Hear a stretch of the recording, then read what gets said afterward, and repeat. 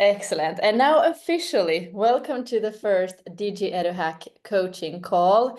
I was just saying for anyone who's watching this afterwards that I have one host with me on the line, which is nicer than being a lone YouTuber. So I'm happy to have some audience here as well. I will be tuning in with you weekly to go through the different themes and topics and different backgrounds to support you in your own hosting of the DigiEduHack Hackathon in November. It is our third time or fourth being a part of this, and we're really excited to help you guys out to make sure that you have the best hackathons you could possibly have. I will jump right in to my content for today. And if you have any questions while I'm speaking, you can interrupt me freely, either by just unmuting or using the chat. No need to wait until the end, but of course, we can also take some questions in the end as well. So today we will cover the introduction to the whole big DigiEduHack initiative. What is this all about? What are we doing?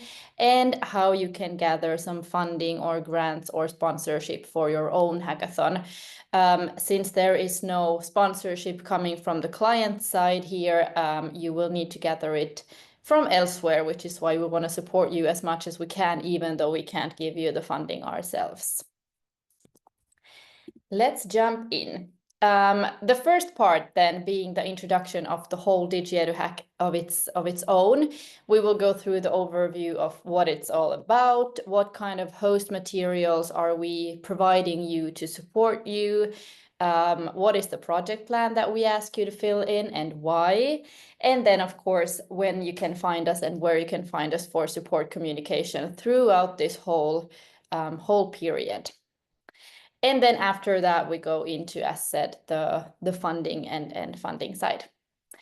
First of all, DigiEduHack, if you're not familiar yet, it is the flagship initiative of the European Commission that aims to make learning and digital education more creative and more advanced and collaborative in a higher sense. The word hackathon here comes from, if you're not familiar with the concept, comes from the words hacking and marathon, which means that we are developing as much as we can in a very, very short time frame. Here we will be having 24-hour local hackathons. This year we are looking for a lot of hackathons. They are always 40, 50, 60-ish simultaneous hackathons during 1 week in November. So it's an intense time, but very, very, very fun. As a local host, you will be hosting a 24-hour hackathon, but it doesn't have to be 24 hours straight. It can be 3 days of 8 hours. It can be 2 days of 12 hours. It can be 24 hours straight. You can use the whole period of 10 days to set up a few hours here and there, however you want to decide it. But the most important thing is that you get a total of 24 hours in those 10 days for this year. This year, the annual theme is Rethinking Education in the Age of Digital Skills. And under this big umbrella, you are free to set up your own challenges as you see relevant to your own target group of participants and so on, or your own targets as an organization. But that's the title or the big umbrella that all of the hackathons will go under this year. Yes, as said, this is not the first time we do the DigiEduHacks, but we have been doing them for a long time. And these are now also part of the Digital Education Action Plan for the year up until 2027. So a very strong initiative behind these hackathons. Yes, the editions that we've already had, as you can see, we've had a lot of participants and lots of solutions created. We've had more than 300 host organizations, and together they've put together 232 local events already. So very, very impressive and very impressive results and solutions that we've seen already. So we can't wait to see what your participants will come up with as well. It is a pretty long project, so to say, so it's good that we're getting started already. For you watching this, you have now at this point registered as a host. And even though it is already May, there's no rush. You have time to jump on board whenever you join. In May, we also start our coaching calls with this one, and after this, we will be doing a few weekly coaching calls to gather information and support you with all of the different topics of the hack. In June, we recommend again that you craft your challenge page and upload it on the web page where you also registered as a host. And then we will, of course, be continuing those coaching calls. We'll support you as well to make sure that your challenge fits the description of the annual theme. And if it doesn't, we'll come back to you and ask you to tweak it a bit or recommend tweaks and so on. So we'll support you there as well.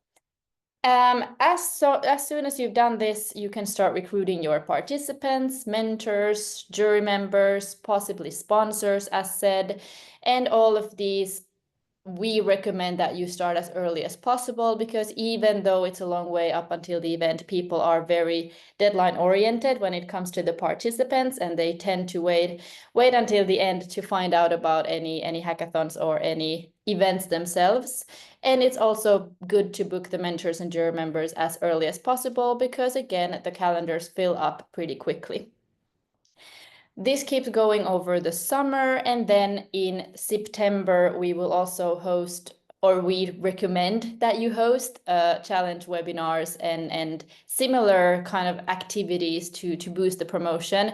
We'll have a separate coaching call about this as well, but what we've noticed in our own hackathon events and also DigiEduHacks that we've already helped support hosted, we know that a webinar to kind of go through the challenge theme, the participants in the webinar can get to meet the stakeholders and partners behind it, ask questions and so on. So it's always a good way of getting a bit more connected with the interested audience, and it does work like a very good push for people to actually take the step to register themselves. So something we recommend doing.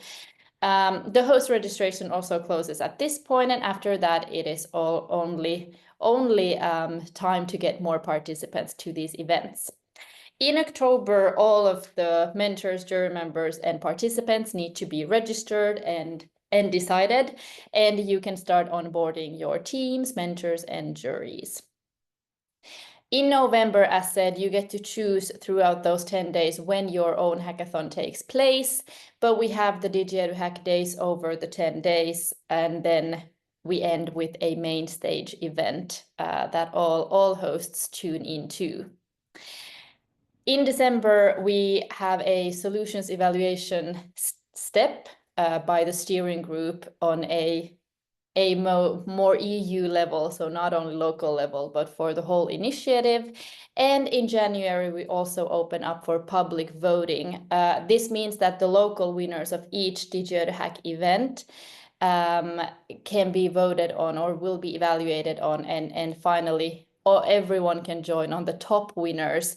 And in March, we will know who are the top teams of the whole big DigiEduHack initiative this year. To support you, we have some host materials. We know that this is a lot and it's a big project, and you might be new to hosting a hackathon, but we try to make it as easy for you as possible. We give you a host guide first and foremost that includes information about how you can, so as said, build the foundation. So what kind of key things do you need to take into consideration before you can start building your events in terms of resources and how many people should be involved, all of these super basic things. We also give you some pointers on recruiting participants, planning your event, regardless if it's an offline event, an online event, or a blended event, where all participants can either take place on site at your venue or then online. It's up to you how you want to do that, but we give you materials for all of these formats. We also go through other event day logistics in terms of how you can set up your schedule, how you can set up your timeline, evaluation criteria, all of these different things. Because as said, it is important to have participants. Maybe you already know that you're doing this as a university or a school, and you know that the students of a specific course will be the participants. But if you are recruiting participants from elsewhere, let's say, we give you some pointers on communication and promotion, both in terms of recruiting the participants, but also how you can communicate about the event during the hackathon days. We also give you some pointer on tools to use. Let's say you are doing a hybrid format, or you're doing the webinar, or whatever the case may be, and you have this online aspect. We give you some pointers on tools and the evaluation process so that you can identify your winners, and how you then give us the info about your local winner so that we know to take them into the final step. You can find all of these materials on the DigiEduHack.com website under the host section. But if you have any difficulties finding these, let us know. You will have, for example, a sponsor recruitment best practices. You will have some slide decks and letters that you can use as a template when you are trying to get sponsors on your own. We give you a marketing kit so that you have the visuals and some slogans and so on to use in your own promotions. Local challenge examples of what your challenge could look like. Again, of course, it's yours to tailor, but something to go on. And again, some other guidelines, and also some frequently asked questions from previous years and so on.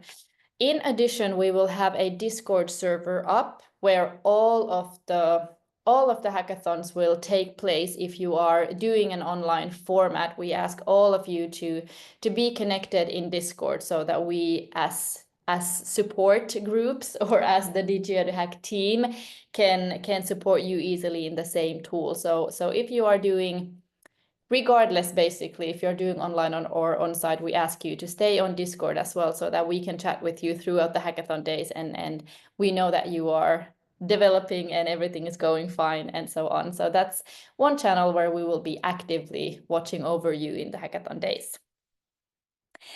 In addition to these, we have some other support resources, both for you and both for your participants, that you can use and share. We have these webinars called learning opportunities. We do a series of online learning opportunities that are live streamed and also saved on YouTube later. They are always tackling a different theme under the annual theme of the hackathon, and some of them are more aimed towards participants, more for hosts, and so on. So depending on your role, they have different themes and different things that they cover, but they are very, very, very good. And in addition to this, we also have a DigiEduHack, the podcast, where again, you can get more insights and tips on how to actually host your own hackathon. So these are more maybe related to the host role more than the participant role. Excellent. That's what we offer you. And again, we will go through all of these different kind of key topics in our coaching calls, as I'll mention in the coming slides as well. But just so that you know that that's a good starting point, and all of those materials are coming. What we ask of you is to fill in a project plan.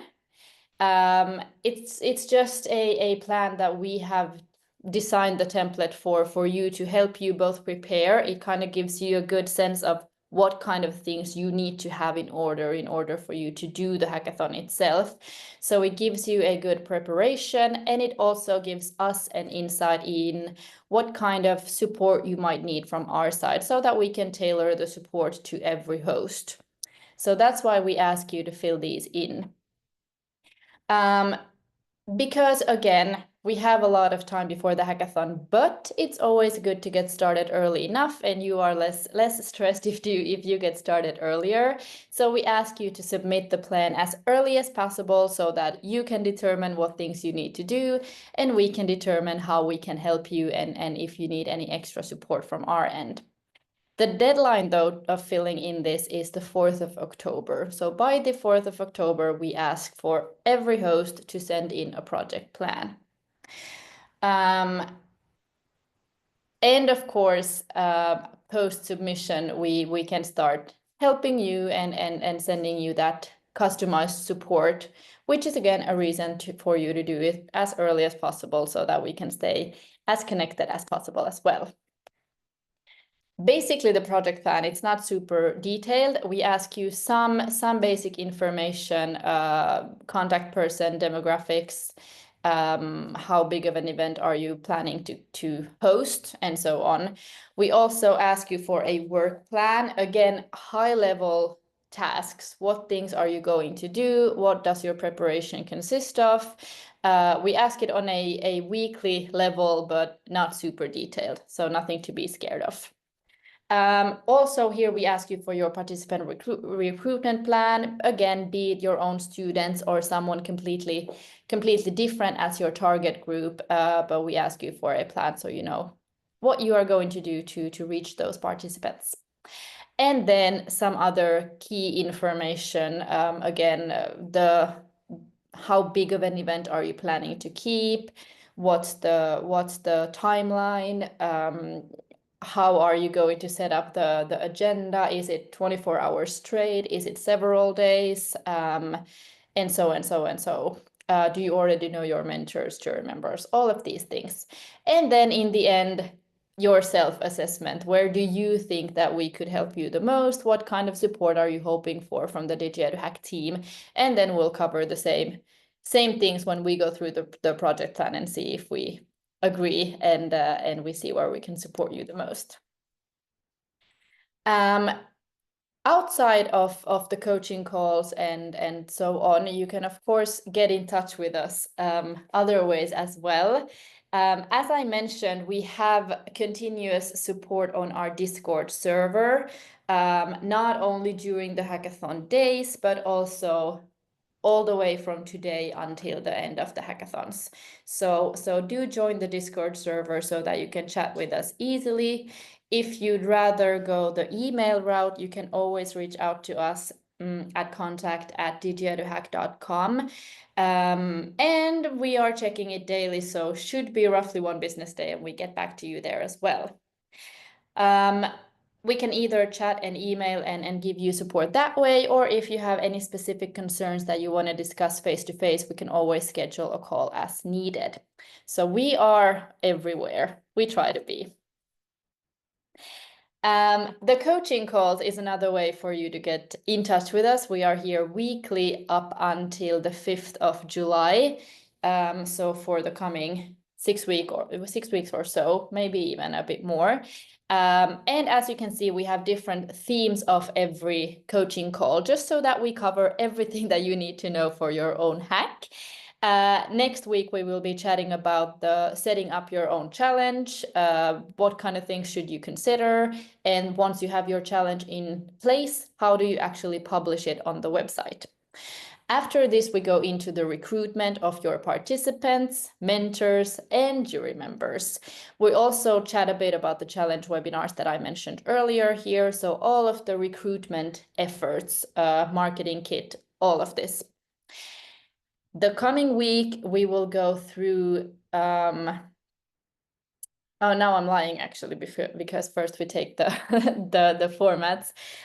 We will also be chatting about the events, again, be it online, on-site, hybrid format. These we do in separate coaching calls so that you don't need to listen into the other formats. But if you already know that you will be doing, let's say, an online one, you only have to join the online coaching call, so to say.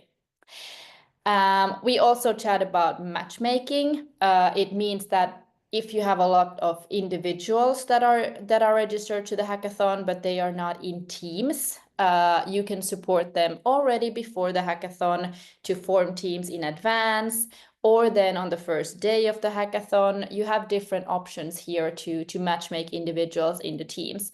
And we'll go through all of these things with you then. We also go through the onboarding of your participants. What do they need to know in advance, and how do they submit their solutions to the website and the hackathon projects, so to say. The coming week, we look at onboarding of the mentors and jury. What do they need to know? What's the role as a mentor, a jury member? And how does the jury actually evaluate the solutions? There is a system for that you don't need to come up with yourself. Again, since even though you are doing customized hackathons, it's all competing for the same umbrella. Then after this, we've covered pretty much everything that we think you need to know. And then it's time for you to start planning the work or doing the work, so to say. We do check in with you weekly after this. So even though we don't share that much materials anymore, you have a good bunch of overload in those first weeks. We do check in weekly with coaching calls so that you can come in and ask questions or update us on your status, or just chat with us about how your hackathon plans are going and so on. And we do these all the way until the hackathon takes place. All the materials, so the coaching calls, the files that we use, any documents, slides, anything that is showing here will be posted and shared with you after the session. You can find them either on the website, as I said, under the host site. You can also find them in the Discord server under the resources forum. And then we will also have a YouTube playlist with all of these coaching calls. So whatever works best for you. Excellent. That's that on the general side of things and of being a host. I will jump straight in to save time into part 2, how to get funding. As said, unfortunately, any sponsoring or funding for your events needs to come from outside or elsewhere. If you need sponsorship, might already be covered. But we do have some tips and tricks here on how you can go about it. What we recommend here is a timeline that could look something like this. I'll go through all of these different steps in the coming slides so that we can jump a bit deeper. Let's go. The first thing that you need to do is identify your potential sponsors. Again, it might be a good way to get started to check your hackathon challenge, the theme, the focus of your own hackathon, and then create a list of potential sponsors that could align with that theme. These can be businesses, organizations, individuals, whatever organizations basically that are somehow interested or connected in education, technology, the specific challenge or problem that you're solving, and so on. So it could be a lot of things depending on your own hackathon.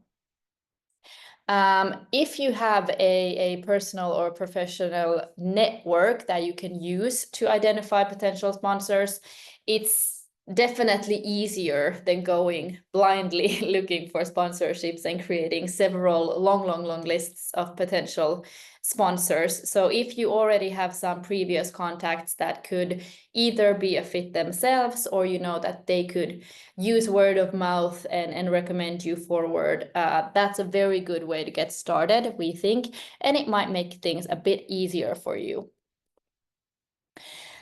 What you need to do next is develop a proposal for said potential sponsor. Here we recommend that you outline the event's details. What is the event about? What is this initiative? What are the objectives, the target audience, the target outcomes? What will the outcome be of your event? And of course, why would it benefit this organization or or actor to be a sponsor. Here we find it useful to give different options, so different packages depending on how involved said actor wants to be. So do give them a few sponsorship options, packages, so that they can be sponsoring a certain amount based on what would fit them the best. This probably goes without saying, but again, if you're reaching out to lots of different actors, it's good to customize your pitch or sponsor deck or whatever the case is as much as possible to align with that brand's or that organization's goals, interests, objectives, ethics, and so on. And do show how their support would help increase their own brand awareness, and they would get showcased different solutions that could help them with their innovative processes, or they could get talents or so on if, let's say, it's a student hackathon or whatever the case may be. So do visualize how this would help both you and of course this actor as well. After you've reached out, let's say over email or a call or so on, do arrange meetings with your sponsors or potential sponsor to discuss further, answer questions, talk about those different packages so that you can see what they would be comfortable with, any concerns and so on.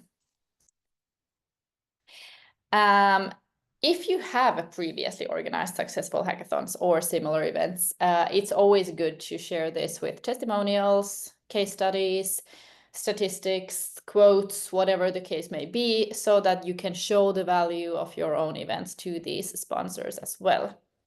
And here I'll mention as well, if you have past events that are similar, do reach out to those same sponsors as well that you had then, if you had any in your previous events as well.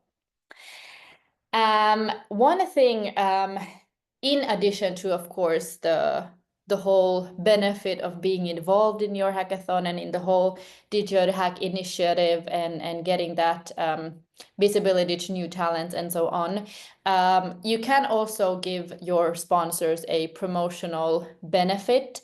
It means that you can use their logos in your own promotional materials, let's say the social media. You can give them a speaking slot in those webinars that you might be hosting before the hackathon. Give them a speaking slot in the opening of your actual hackathon event, let them be a part of it, have their brand visible in your event and so on. So all of these visibility benefits usually is very, very appreciated by any sponsors. After you've secured a sponsorship through your contacting, follow-up meeting, and then finally deciding on a suitable package, it's very good to keep the sponsor informed about the event's progress. How many participants are you reaching? What's the media coverage? Have you identified or recruited the mentors and jury members, just so that the sponsor knows that you are on top of things, knows that the event is going forward and so on.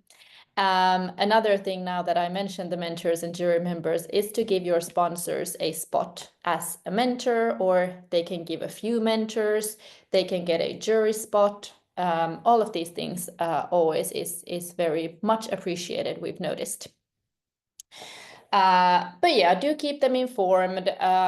This can be just by sending them a weekly or bi-weekly update over email.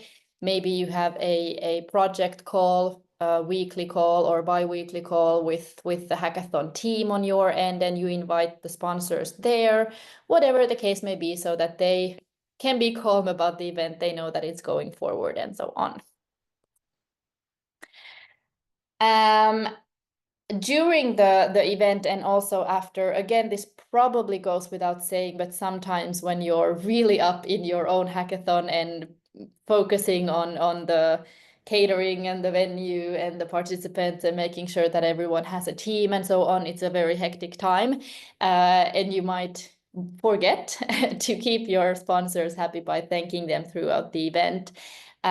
So in your hackathon communications during the event, let's say you are doing Instagram stories or LinkedIn posts throughout your event, remember to thank your sponsors, tag your sponsors in your own, let's say, opening speech at the hackathon event. Do remember to keep thanking your sponsors and so on. And same for the post-event communication. When you are doing a post-event social media post or whatever the case may be, and you are congratulating the teams, do thank your mentors, jury members, and sponsors in that same setting as well. After the hackathon, we've noticed that it's very appreciated to provide a report or a debrief or whatever the case may be with your sponsors and partners, going through the key success things of your event. What were the final solutions? What were the winner solutions about? Photos, videos, just so that they can see what the hackathon was about and what they were actually involved in. When you already have this successful sponsorship locked in, and the hackathon was a successful event as well, do stay in touch with your partners and sponsors, maybe to update them on future events, maybe other forms of continued collaboration and so on, so that they can possibly be involved in your future collaborations and events as well, just so that you get off a bit easier as well. Yes. As said, we give you a sponsor recruitment letter, basically a template or sample letter, so to say, and then also a slide deck that you can use for your sponsors to send out some info. You can find the sample letter by simply clicking here. We can go through it in the end as well if we have the time. Again, no need to use it. You can have completely your own invites and reach out letters as well if you already have them. But again, something that you can use if you want to. Do tailor them, personalize them as much as possible so that it fits both you as an organization, but also the sponsor that you are reaching out to.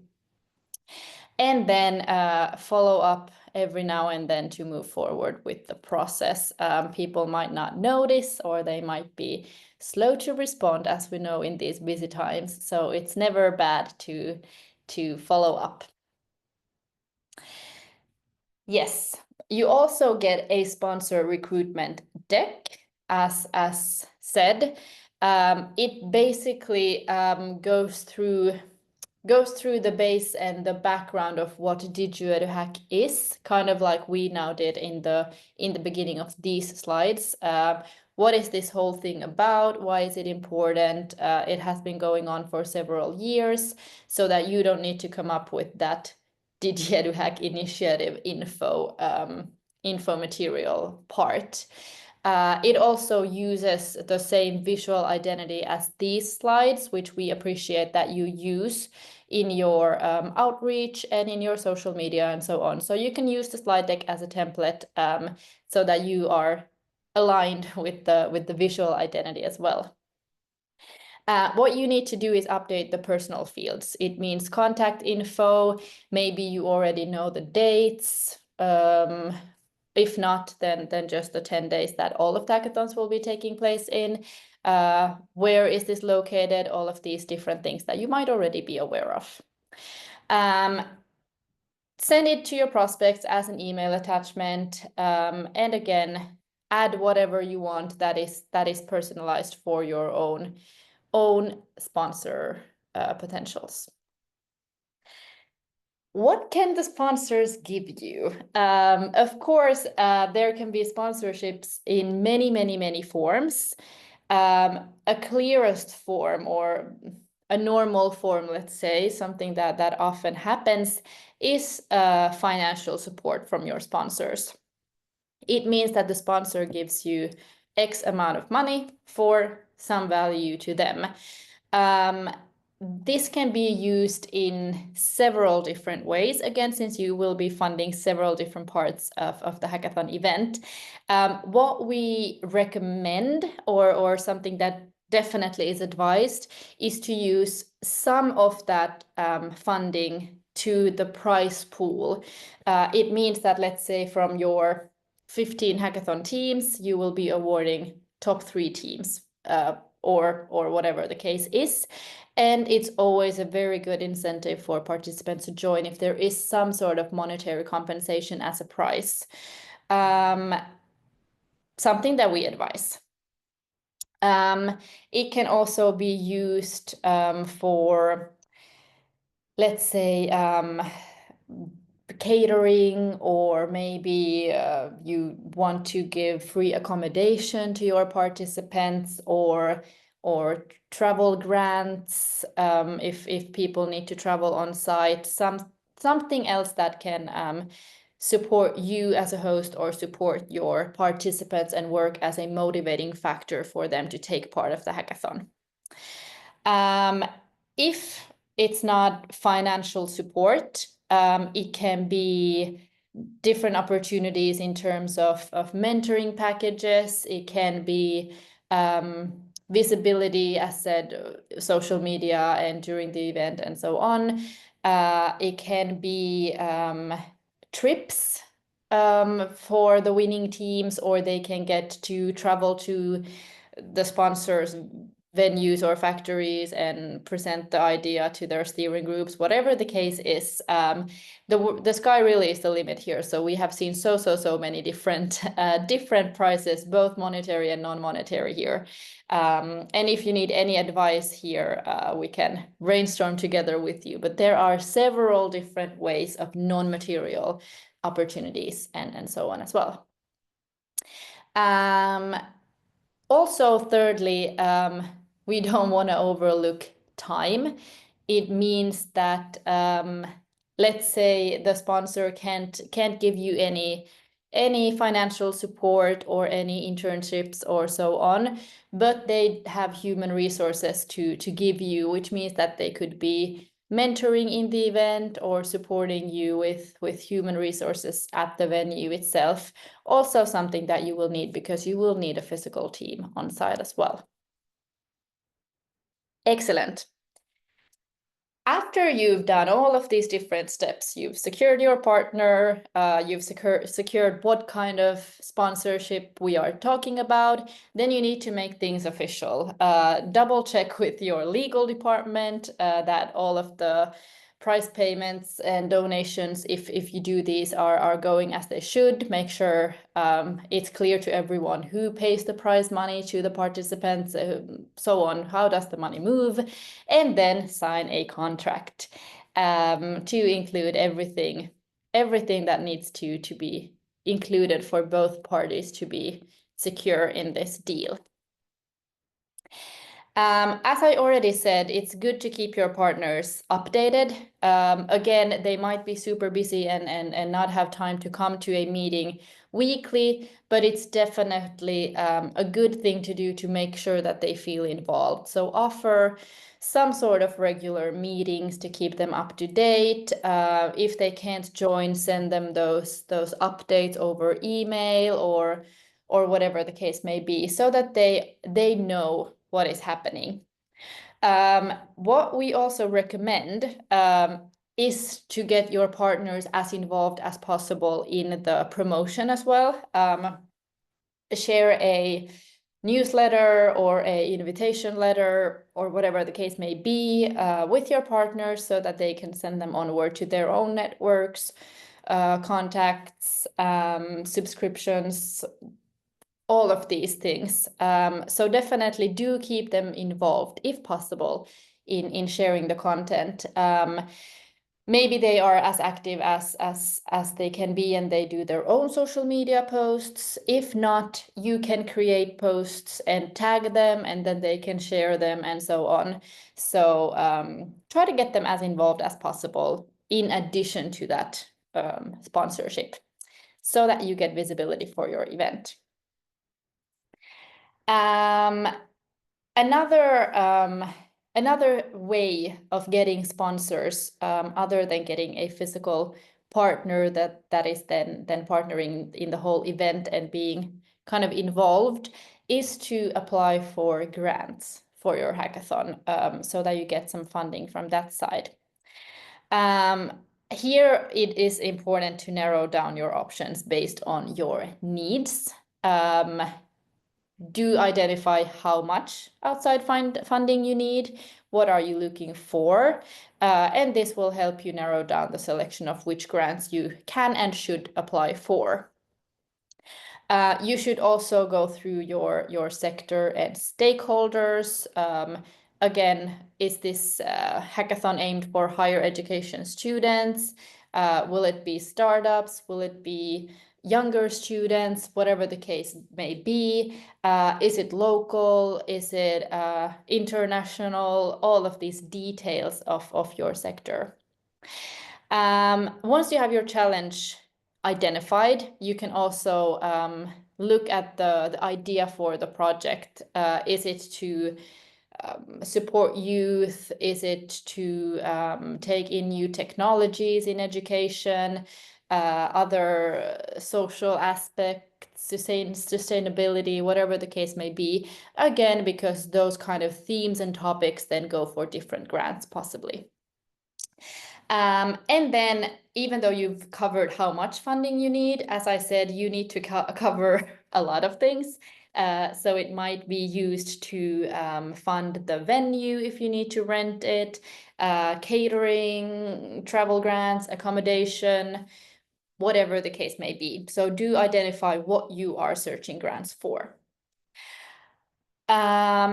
After you have all of these key info already set in place, you can go into different grant portals and start applying. We do remind you or want you to keep in mind that foundations might be faster to give you an answer in your grant process. Again, this depends on when you get to work with this. Yes, get to know if you're eligible before you start applying, so that you don't need to do it, let's say, without a purpose, so that you know that it's actually something that you're eligible for.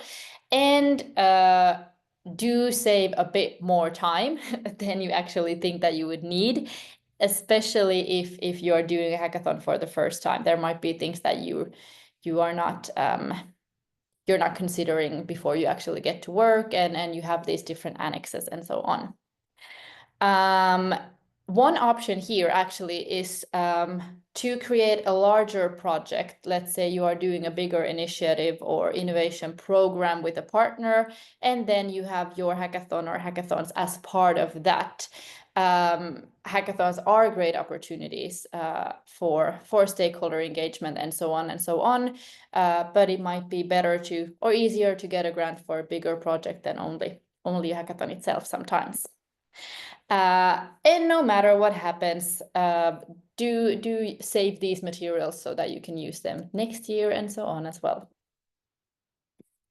I won't go through these in detail, but here you can find a few different types of grants, just again so that you know your options and you know what kind of things you can apply for when you're going through your own resources and needs for grants. We have a few more here that you can use as support, getting inspired on what to apply for. And that, with 10 minutes remaining, is my monologue for today. Very extensive, and thank you for the focused time and for listening in. Any questions at this point regarding the presentation or the background of the event or anything that was covered at this point? Crystal clear. Excellent. If something comes up when you're watching this recording and I'm not with you live, do reach out either in Discord or contact@digieduhack.com over email, and we can discuss further and set up a call if needed to discuss any of these things face to face. And now that we are getting started with the coaching calls, you can tune in with us weekly to discuss. I will have a theme that I will discuss with you, but it doesn't mean that you're not free to ask questions about anything else about the DigiEduHack theme and the project itself. So tune in on Fridays so we can discuss anything that you need for your own hackathon to be as successful as possible. With that said, I'm gonna stop the recording and I hope that you enjoy your weekend and get back to me if you need to.